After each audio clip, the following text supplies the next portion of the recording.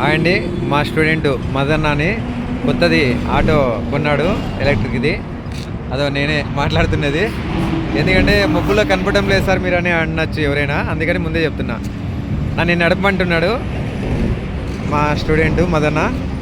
ఇది ఎలా ఉంటుందో ఒకసారి చూపించుకోవాలా. మదనా ఓకే రండి.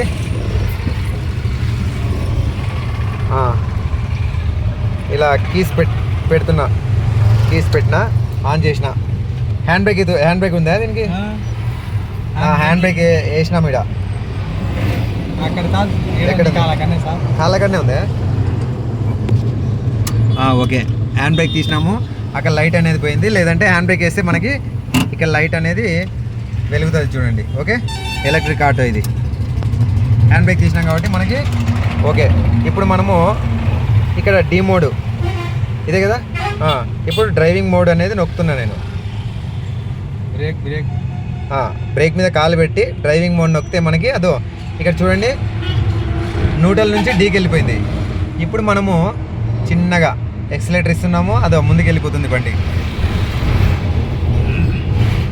ఇది ఫస్ట్ టైం అండి మా మదన సపోర్టింగ్ వల్ల నేను ఎలక్ట్రిక్ ఆటో ఈరోజు నడపడం జరిగింది.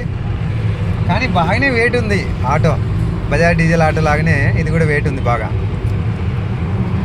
ఓకే, పర్లేదు. మొత్తం మీద మా మదన ఒక ఆటోకి యజమానుడు అయిపోయినాడు. రోజు 1000-1500 తిప్పుతున్నాడంట, 40 రూపాయలు రీఛార్జ్తో. ఇప్పుడు మనం ఇక్కడ వచ్చి బండి నిలబెట్టడం జరిగింది. ఇక్కడ మనము న్యూట్రల్ చేయడం జరిగింది. ఇక్కడ చూడండి, న్యూట్రల్ అయిపోయింది.